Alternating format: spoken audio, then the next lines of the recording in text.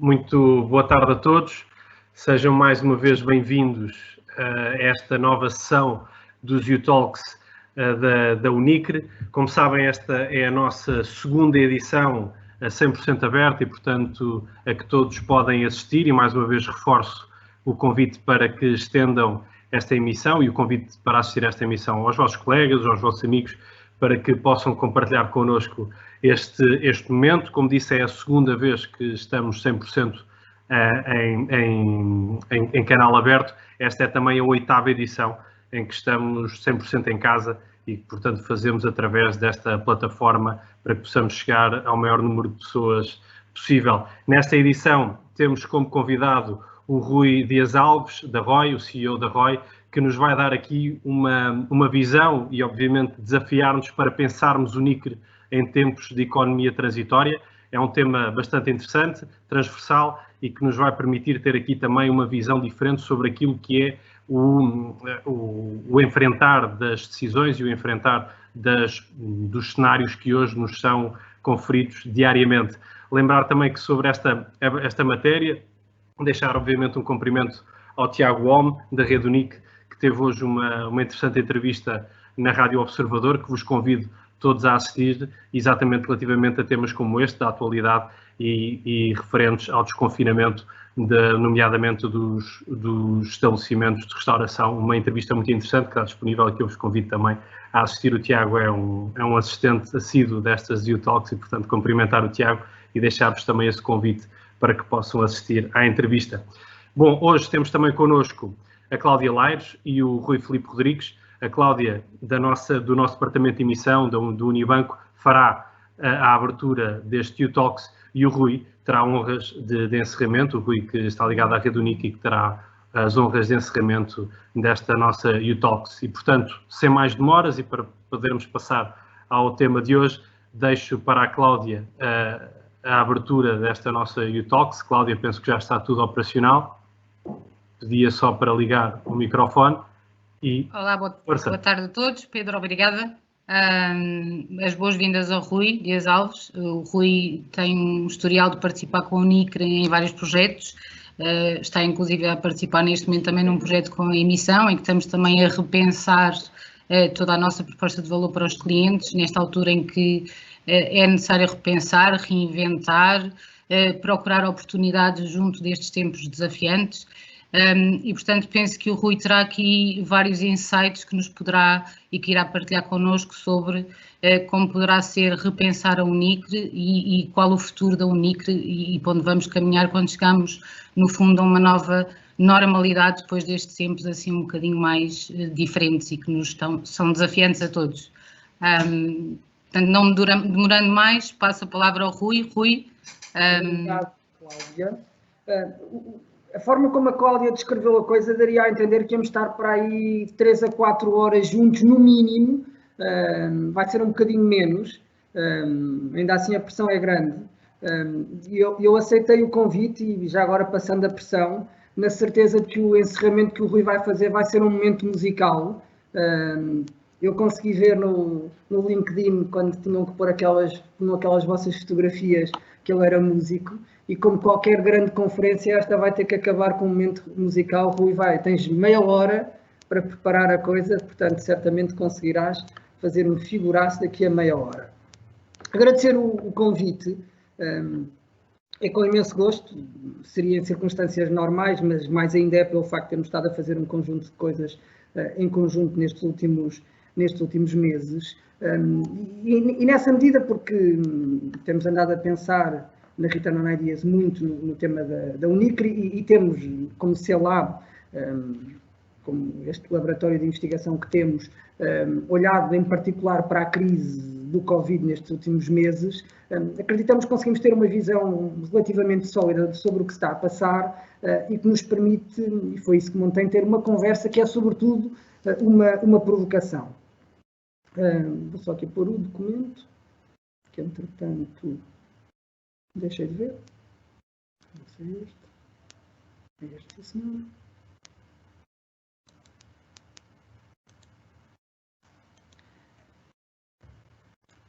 O desafio e o enquadramento do desafio e nisso a Cláudia lançou muito bem a conversa, de olhar para a frente. Sendo certo que olhar para a frente, numa realidade como a que estamos a viver, não nos pode de todo demitir de tentar perceber um bocadinho o que se passou. Mas, não contando a história todos a saberão, todos a vivemos na primeira pessoa, com histórias diferentes pessoais, com dinâmicas diferentes pessoais, mas o que é certo é que vivemos vidas pessoais e vivemos uma economia que estruturalmente parou, que confinou e que, de alguma forma, e necessariamente tem que voltar aos trilhos. Tem que voltar a conseguir pôr lado a lado um consumidor atrapalhado, estranhamente condicionado na sua realidade física, em muitos casos já impactado na sua realidade financeira, e um conjunto de atividades económicas de retalho, também elas profundamente impactadas. Houve aqui uma simultânea e profundíssima crise que desalinhou aquilo que é fundamental para uma atividade como a da Unicre, que é este sistema de retalho a funcionar.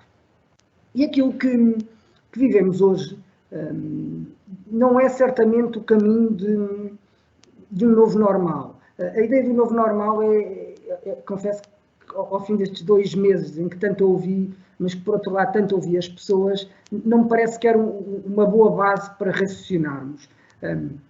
Vamos construir alguma coisa, alguns no tempo essa coisa estabilizará, alguns no tempo será, e aí sim, uma normalidade, justamente na medida em que é uma estabilização de uma coisa que passa a ser incumbente. Não vejo nada claro que hoje possamos imaginar que nova normalidade é essa e, declaradamente, assumo que estamos muito longe de estar nessa normalidade. O que vivemos e o que vamos viver, muito provavelmente durante um bom par de anos, é isto que temos vindo a apelidar de economia transitória. E fomos buscar a ideia dos sistemas da corrente elétrica, agora menos do que no passado, mas que entre o momento em que eu ligo o interruptor e a que a corrente estabiliza, há ali uns milissegundos em que o efeito da corrente é este, em que há um realinhar e um acertar de tendências. E aquilo que vamos viver na economia nos próximos tempos, quer por força do comportamento dos consumidores, quer por força do comportamento do retalho, do outro lado da equação, é justamente esta dinâmica. É uma dinâmica de tentar reencontros. É uma dinâmica, e em cima pusemos o título, de economia de reaproximação. Experimentalista por definição dos termos. Nós, enquanto consumidores, vamos experimentar um mundo do qual nos afastamos, que hoje nos é dado a conhecer com novas regras. Os retalhistas vão ter que se reaproximar de nós, com os seus modelos de negócio, com as suas experiências em loja, com os seus pricings, com os seus canais que tentam alargar a sua capilaridade, mas assumidamente num exercício sequencial, num exercício em que todos vamos como que estabelecendo uma espécie de contratos a prazo com o mundo lá fora. O contrato a prazo primeiro que tivemos foi ter que estar fechados em casa, foi o primeiro contrato a prazo. Deram-nos um segundo, que foi a primeira fase de desconfinamento, onde nos foi dito que podíamos começar a fazer algumas coisas, e algumas coisas do lado do retalho foram reabertos. Estamos agora na segunda semana da segunda fase de desconfinamento, mais um determinado contrato a prazo. Virá a terceira fase para a semana com um contrato a prazo que passa a ter centros comerciais, uma coisa tão marcante na história e na realidade do consumo dos portugueses, mas a verdade é que todo este processo é um processo onde o horizonte temporal da reflexão é muito mais curto. Mas, paradoxalmente, temos que pensar a estratégia. Paradoxalmente, o que nos é exigido a nós, como organizações, é que quase semanalmente, para cada um destes períodos, tenhamos a nossa estratégia. Sabendo que pode ser, e isso ainda é mais duro de assumir, completamente descartável. Assumindo que podemos estar a fazer coisas que vão ser válidas durante um mês. Mas este mês será central para recuperar clientes, reaproximar daquilo que seja o mundo do retalho. E, portanto, ter muito claro que o desafio para uma organização, e a Unicre como organização central no sistema do retalho, é este. Que ideias vou propor a seguir? Ideias que possam levar a Unicre a assumir um papel de acelerador deste processo, de um criador de inércia num sistema termodinâmico que parou. E é muito difícil pôr uma coisa que parou a voltar a andar.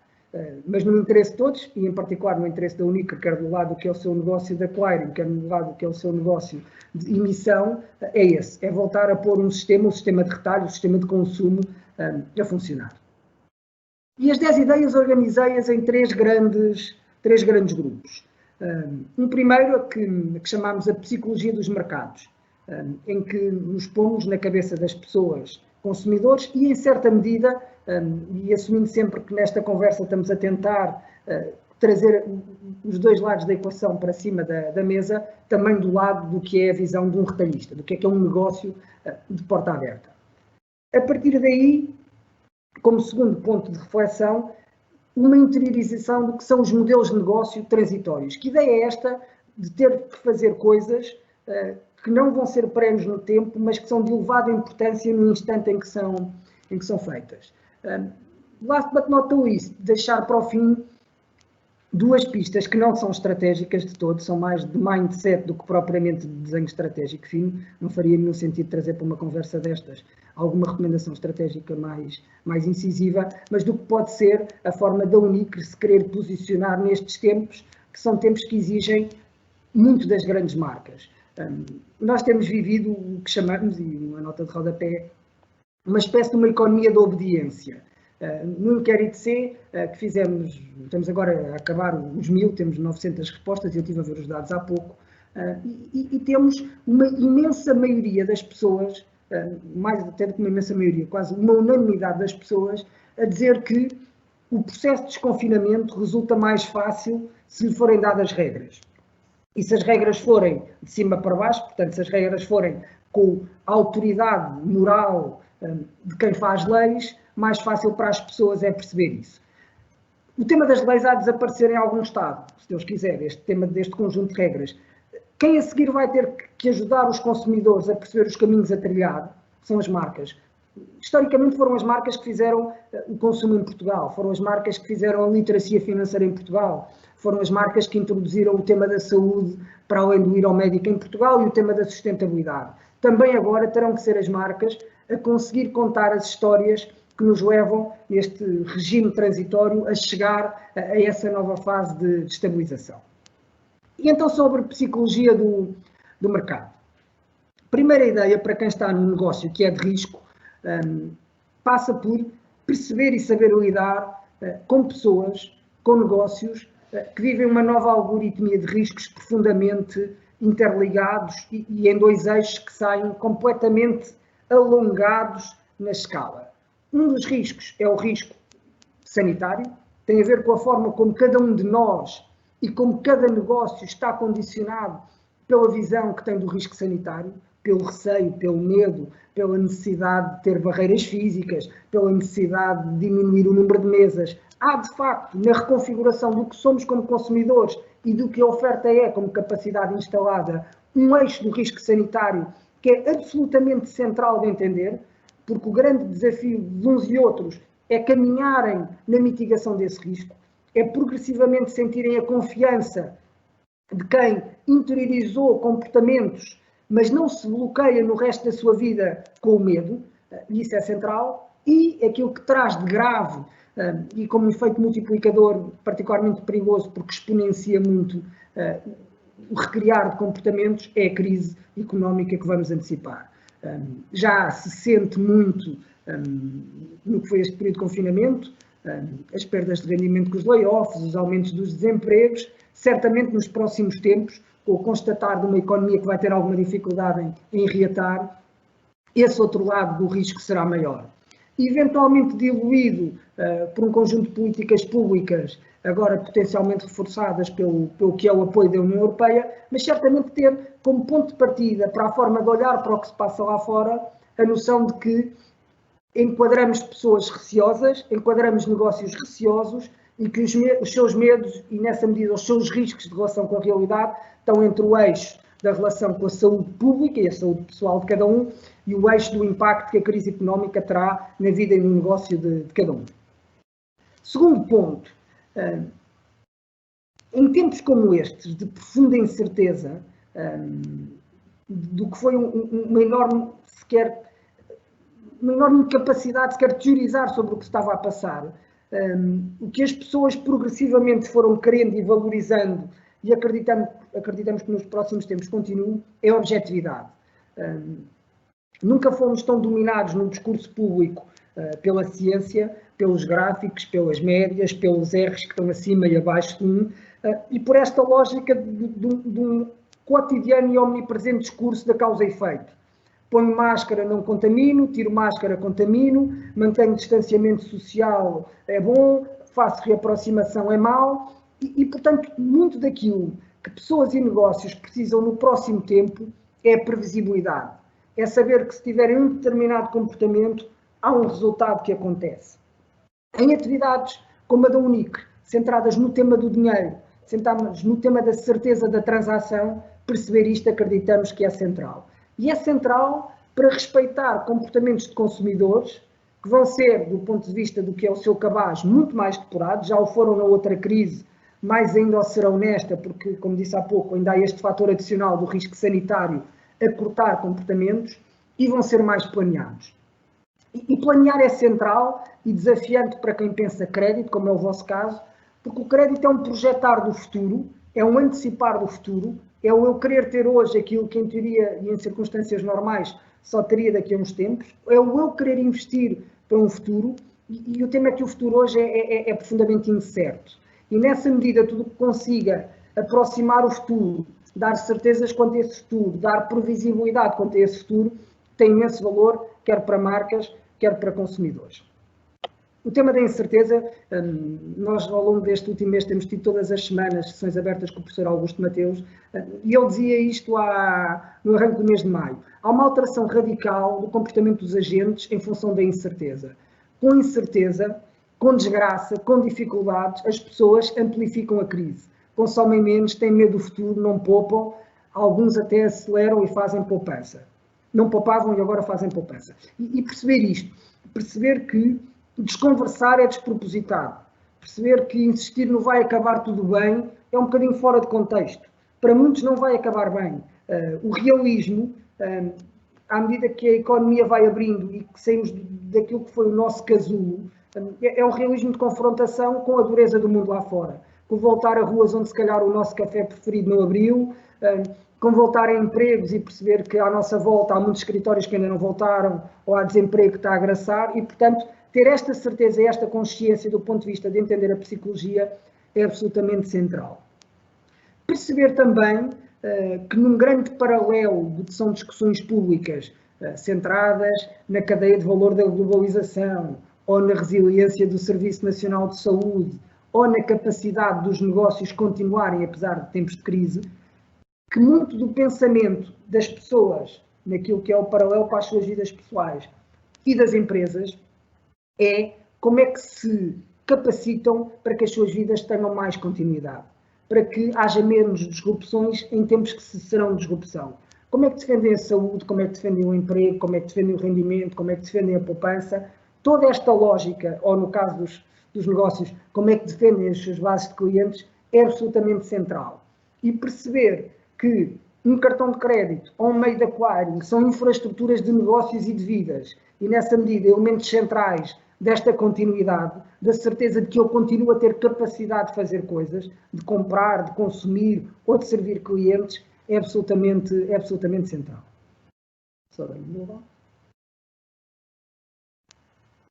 Sobre modelos de negócio transitórios.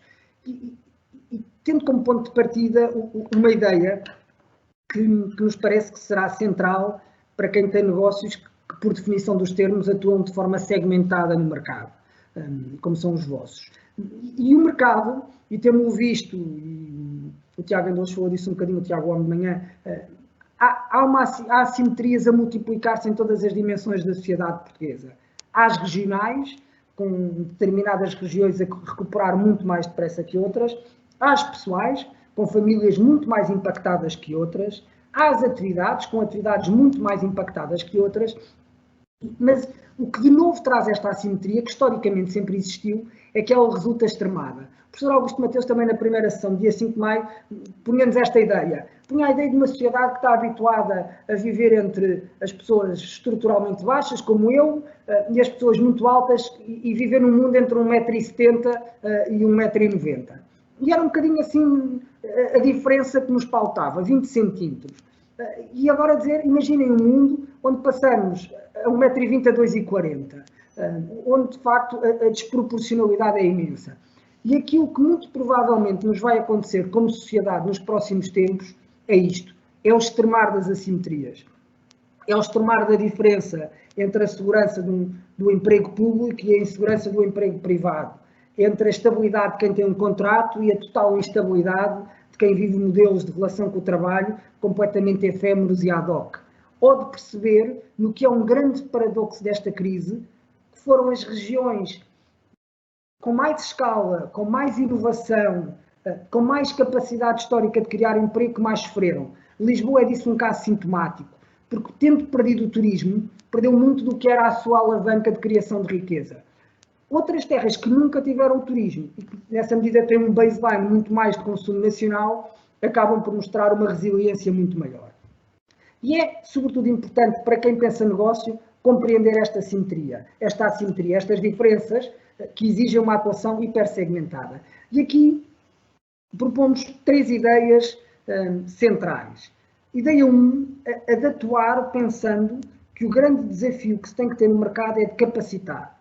Capacitar os negócios a voltarem ao seu normal, a voltarem a ter clientes, a voltar a ter cadeias de valor, a ter um modelo económico que seja adequado a uma capacidade menor. Capacitar a fazer diferente, capacidade a inovar na certeza de que o que faziam antes não serve agora.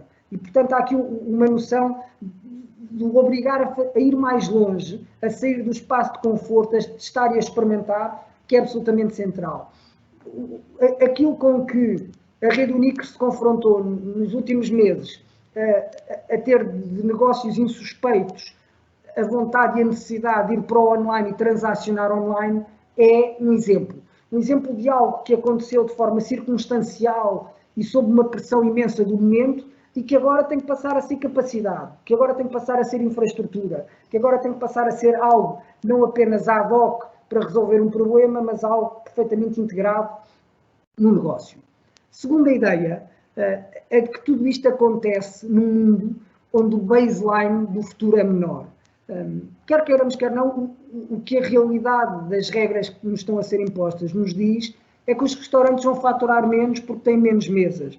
É que os cabeleireiros vão faturar menos porque têm que ter distanciamento entre cadeiras. É que os centros comerciais e as lojas dos centros comerciais vão faturar menos porque têm menos ou são obrigados a ter limites de cliente por metro quadrado. Isto define um novo baseline. Sejamos realistas, não podemos imaginar que recuperar da crise no curto prazo é voltar aos valores em que estávamos em março. Para muitas categorias não vai ser possível. Nas últimas semanas vivemos alguma ilusão de que sim. Vivemos a ilusão de que os cabeleireiros conseguiram passar dos 100% face à base, de um retalho alimentar que está sistematicamente acima dos 100%. Mas tal, porque se formos ver os números do cotidiano, da distribuição das transações às horas, perdeu-se a semana e o fim de semana. Tem clientes a todas as horas do dia, a todos os dias da semana. Se, com o passar do tempo, voltarmos a alinhar nos nossos cotidianos normais, voltarmos a ter as rotinas do trabalho e, alguns no tempo, as rotinas da escola, esta capacidade de distribuir procura por, não diria 24 horas do dia, mas quase, perde-se. E a capacidade de responder dos negócios diminuirá. Isto é central para quem pensa retalho.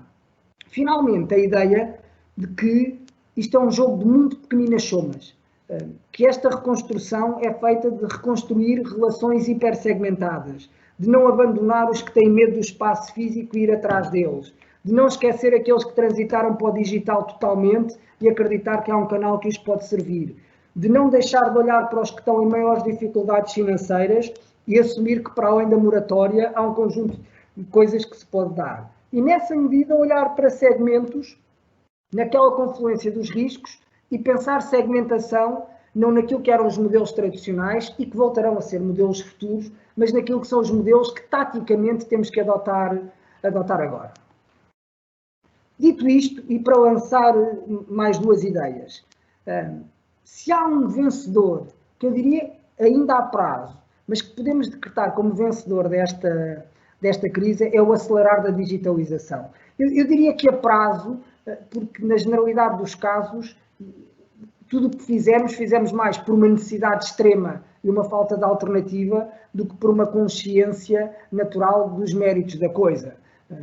Experimentámos o e-commerce a receber coisas a 15 dias em casa. Experimentámos o teletrabalho com filhos a gritar atrás de nós. Experimentámos a teleconsulta na desconfiança do que é um diagnóstico quando o médico não pode mexer em nós. Mas a verdade é que experimentámos.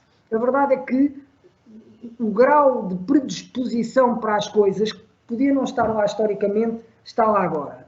O caminho das marcas, mais até do que o caminho das pessoas, no futuro próximo, é transformar este embrião em proposta de valor real. E nessa medida, o que é que nos parece importante? Que se assuma o digital não como o canal, muito menos como aquele histórico canal remoto, que a banca teve muito este triste hábito de chamar ao digital o canal remoto, esta ideia de faz aí, não venhas cá, porque aí não me dás trabalho e aqui dás, e aí é mais barato e aqui é mais caro. O que o digital tem que ser nos próximos tempos é a antítese deste remoto, é a aproximação real a esta lógica de reaproximação, de humanização. O digital tem que aumentar a realidade. O digital tem que mudar aquilo que eu estou a perder noutros contextos. Tem que mudar humanização, tem que mudar contacto, tem que mudar serviço. E pensar o digital assim é construir, desde a experimentação até à interiorização como modelo de negócio, o digital do futuro.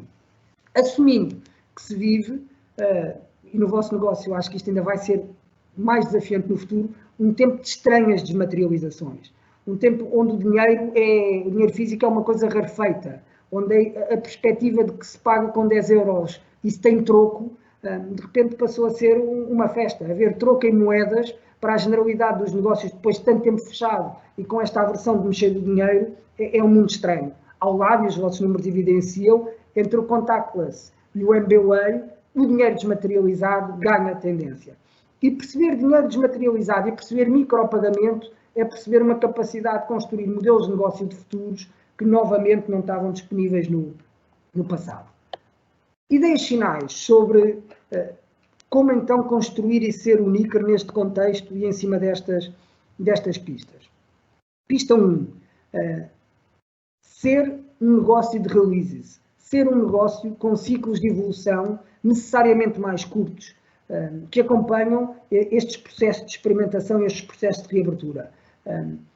Assumir que a relação, quer com os clientes B2C, quer com os clientes B2B, pode e deve ser feita de ciclos mais curtos de inovação, de ciclos mais curtos de experimentação, que os levem a perceber que quem está do outro lado não é uma entidade que grande está parada, é uma entidade que grande os percebe e os quer ajudar.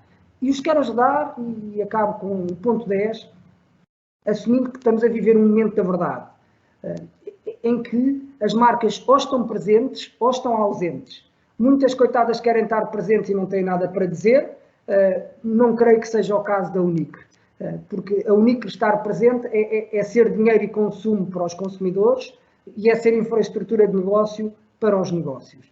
E nessa medida tem muito para dizer porque faz parte dos seus cotidianos. E pode ter uma utilidade pública. Pode ter utilidade pública de quem assume e percebe que tem um papel a desempenhar no reativar do sistema, no facilitar do sistema, no equilibrar de desequilíbrios, no garantir que o apoio que pode ser dado a um lojista, no curto prazo, é a construção de uma relação muito mais sólida a longo prazo. Da mesma forma que o assumir que as moratórias, sendo duras, são uma realidade que tem valor circunstancial, é reconstruir e construir uma melhor relação com os consumidores. Assumir esta utilidade pública, esta vontade de ser motor de nova inércia no sistema de retalho em Portugal, parece-nos que pode ser um bom leitmotiv para pautar a vossa realidade nos próximos tempos. Muito obrigado.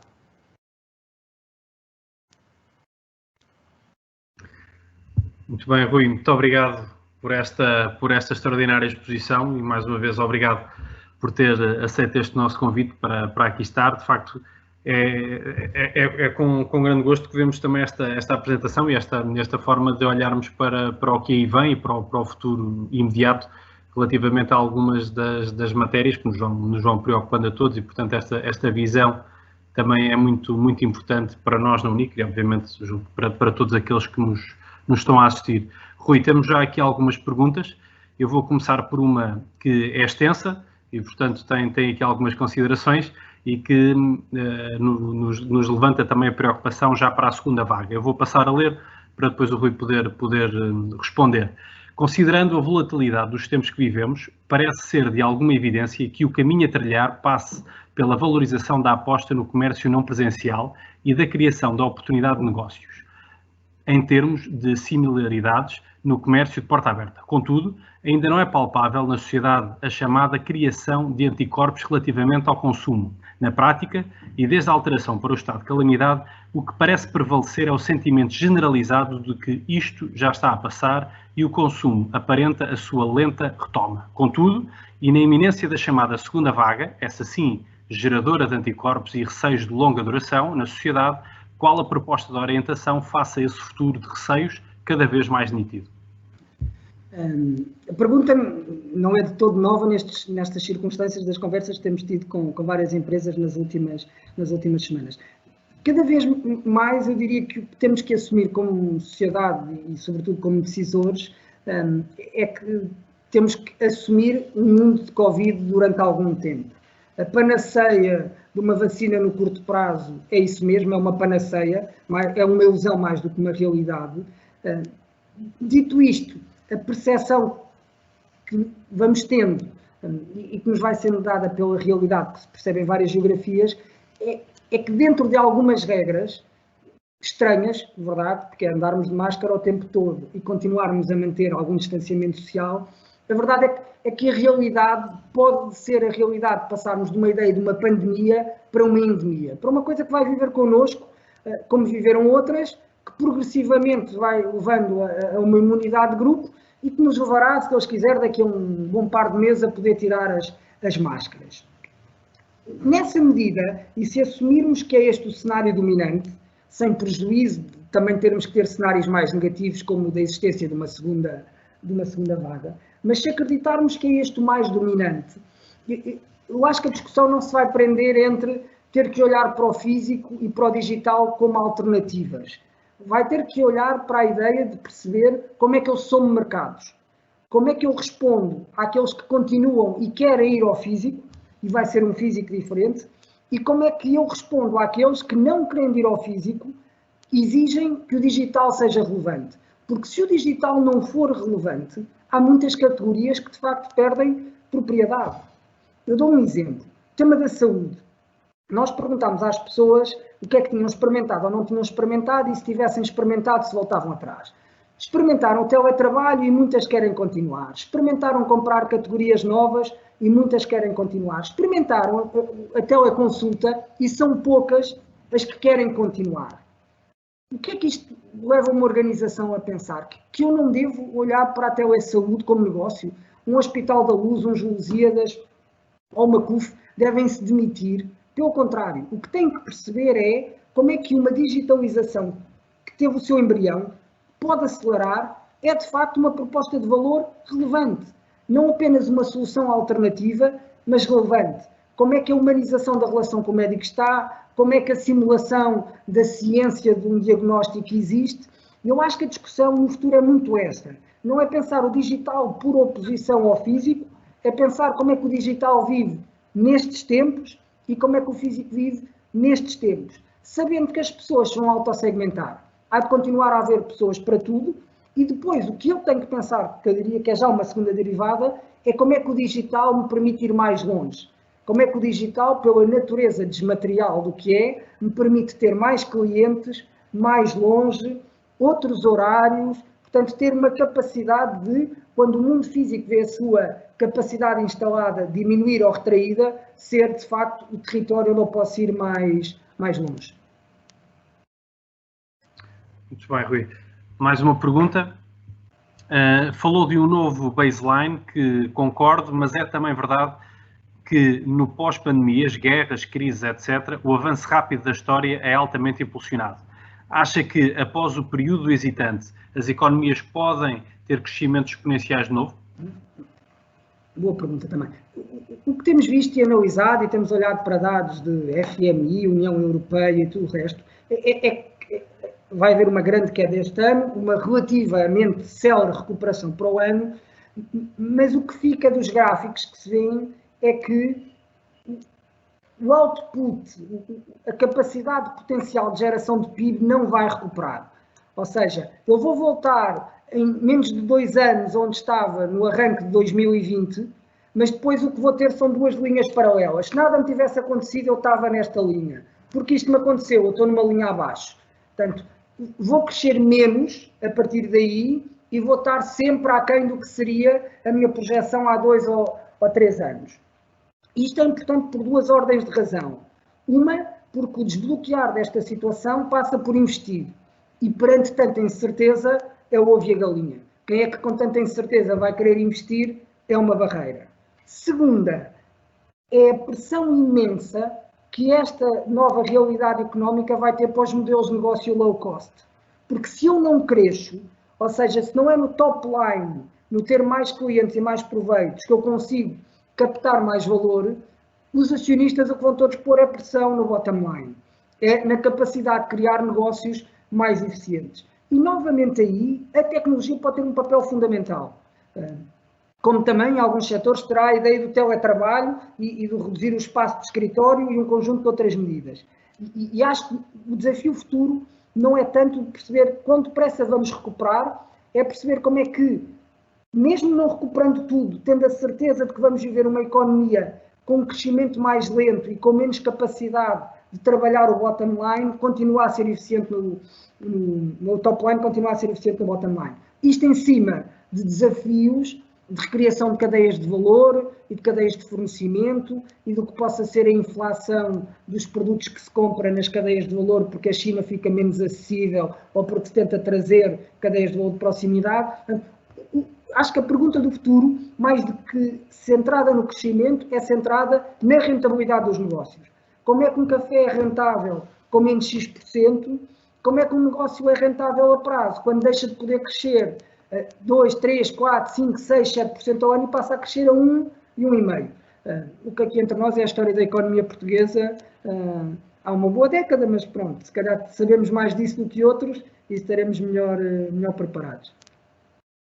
Rui, temos aqui 2 perguntas que eu vou juntar para finalizar e passo a ler.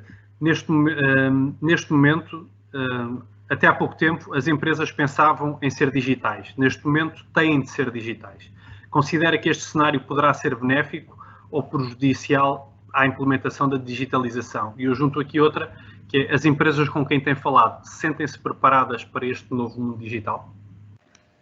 O que é que nos tem parecido particularmente interessante quando hoje se fala de digital? Fala-se de uma evolução, de uma coisa que em muitas organizações estava a ser imposta por decreto. Era um desígnio estratégico, porque 23 consultoras de primeira linha tinham posto na agenda esta necessidade. E desígnios estratégicos de transformação são muito duros nas organizações.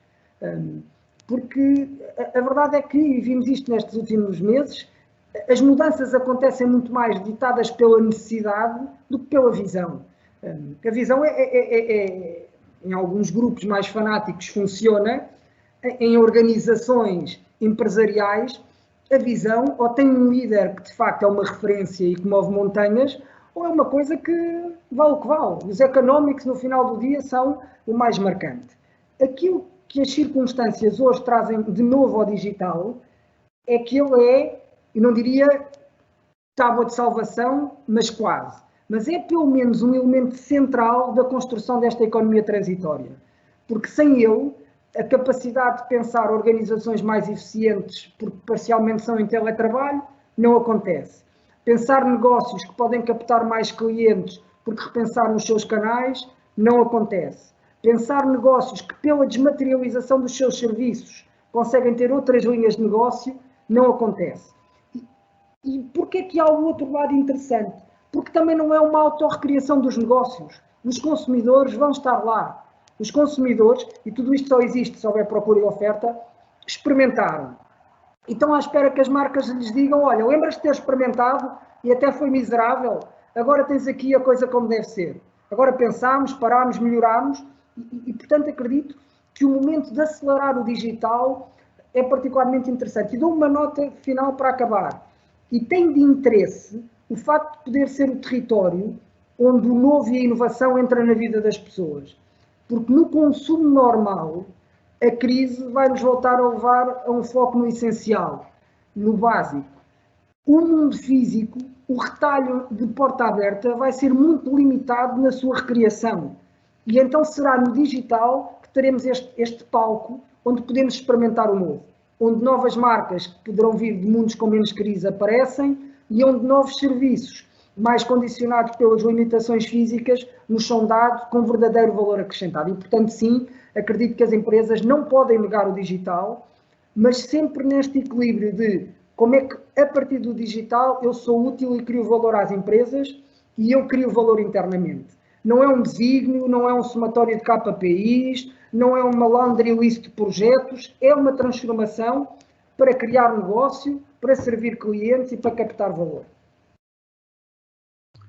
Rui, mais uma vez, muito obrigado. Muito obrigado também por ter aceito este convite e por esta aula que nos deixou aqui, extraordinária, não só sobre o enquadramento atual, mas também as possibilidades futuras que temos e o quão importante será a inovação para cada um dos nossos negócios e quão importante será esta nossa diferente atitude que temos que ter para encarar este novo momento. Portanto, Rui, mais uma vez, muitíssimo obrigado. Obrigado pelo convite. Uma tarde extraordinária e espero voltarmos a ver, entretanto, e mais uma vez, muito obrigado por esta sua colaboração. Bem, então, tal como prometido, temos agora o Rui Rodrigues, que está de instrumento na mão e prontíssimo para fazer a sua... À capela, Rui, qualquer coisa à capela. À capela, exatamente. Portanto, Rui, estamos prontos? Estamos prontos, sim. Estamos prontos, mas já... Lamento dizer o tiro-te, Rui. Meia hora é um tempo muito curto para preparar o que é que seja. Mas quem sabe, num futuro um momento musical pode ser preparado. Bem, em primeiro lugar gostava de agradecer mais uma vez em nome da Unicre aqui a presença do Rui nesta YouTalks. Tal como o Pedro disse, foi bastante esclarecedor a visão que se tem sobre os desafios que a Unicre e o mercado no geral vão ter que enfrentar num futuro próximo para este reativar do sistema e neste papel decisivo de condução dos comportamentos para uma nova normalidade. Em segundo lugar, e agora mais dirigido aqui ao Rui, gostava de dirigir uma palavra de apreço por todo o esforço e o empenho que tem colocado no seu trabalho, que tem permitido que tenha havido este sucesso entre a ROI e o Unicre, nomeadamente no âmbito do Rede Unique Insights, que é o que eu estou mais a par, não é? Houve aqui uma frase que o Rui projetou, que é: existe cada vez mais a necessidade de objetividade científica em termos de economia de audiência, e este é basicamente o grande objetivo do nosso projeto, o Rede Unique Insights. E dizer também que esta parceria entre a Unicre e a ROI já não é propriamente embrionária, né? Já vem pelo menos do projeto C-Lab, que eu conheça, não sei se há mais histórica ou não. E essa já tem 10 anos, portanto já... Exato. Já são bodas de alguma coisa. Exato, portanto já tem havido esta oportunidade de conhecer assim já minimamente o Rui e posso dizer-vos que há umas características no Rui que admiro bastante, que é o vasto conhecimento que ele tem no mercado, a sua vontade de querer sempre saber mais, sempre mais e mais, a sua excelente capacidade analítica e a sua vontade em público, que é uma das coisas que eu mais admiro nas pessoas. Deixa crescer a barba para não se ver que eu coro. Exato. Obrigado. O que eu tenho a dizer mais? Desejo de que esta parceria entre a Unicre e a ROI nos leve cada vez mais longe, às duas empresas, e pronto, e por fim agradecer às pessoas todas que tiveram a assistir a esta sessão de YouTalks e desejar um bom resto de dia de trabalho. tudo a correr bem e pronto. Eu, entretanto, depois mando a apresentação ao Pedro para o Pedro partilhar internamente. Foi um gosto. Muito obrigado a todos. Obrigado a todos. Obrigado. Até logo.